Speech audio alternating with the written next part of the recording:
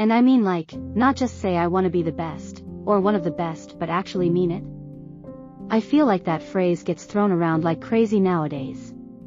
Like I'll be famous, or I'll be in the NBA, or I am gonna have a #1 song in the country.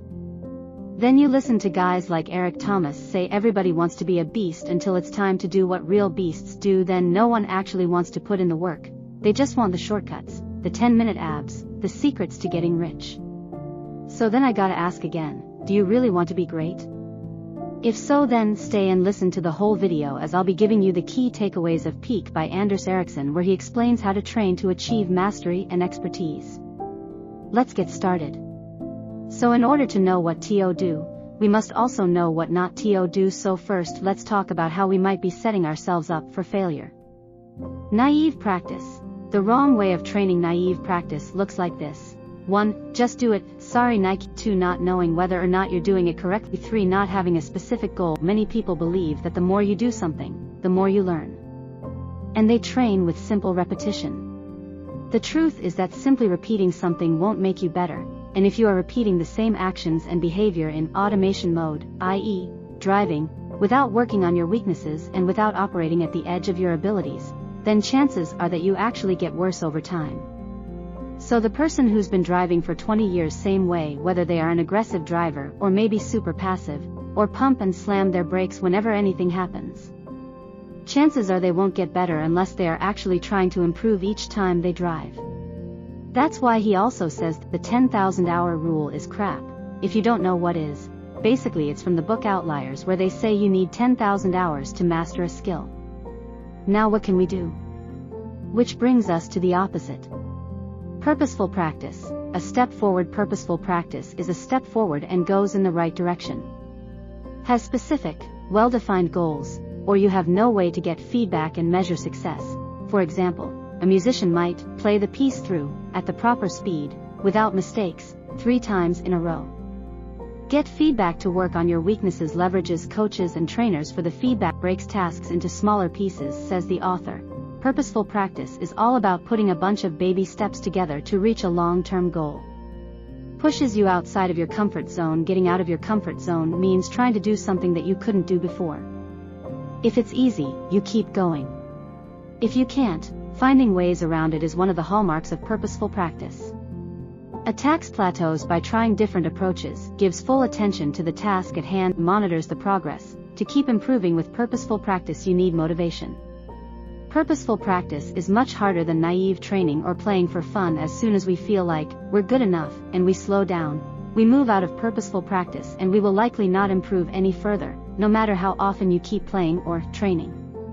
Deliberate practice. The gold standard of training. Deliberate practice is what makes the champions and what we think are geniuses.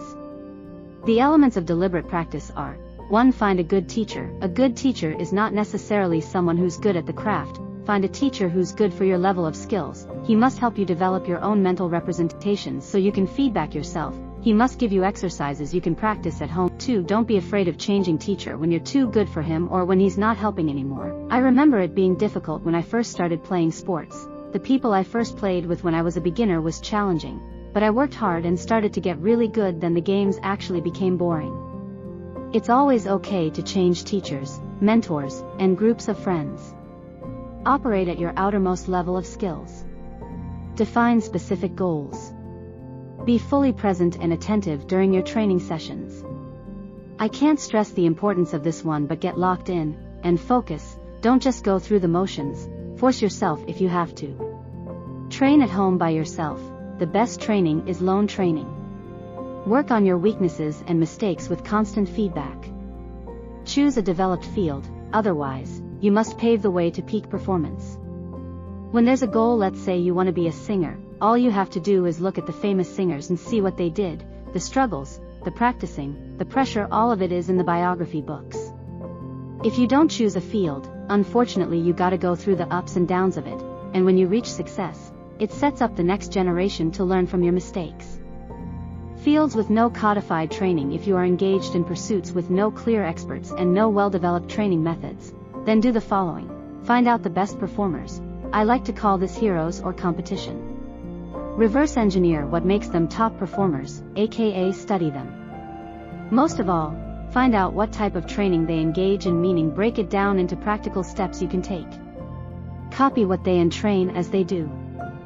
Then seek to improve upon it. Copy then to get their level, then one-up them. Now if you can't find a teacher, you can always focus on the 3 F's. Focus, feedback, fix it. Try to break your work down into smaller components that you can analyze and repeat. Then determine your weaknesses and train to eliminate them. And that's all for today. If you got value from this video, like it. If you have any interesting comments, comment down below, and if you want more videos like this, subscribe and hit that notification bell. If you did feel like supporting this channel in a huge way, there is a link down below to buy me a coffee, which I would love, because that's the fuel I use for these late nights till 4 AM working on content for you. That's all for today. Thanks for watching. Let's continue to move in silence.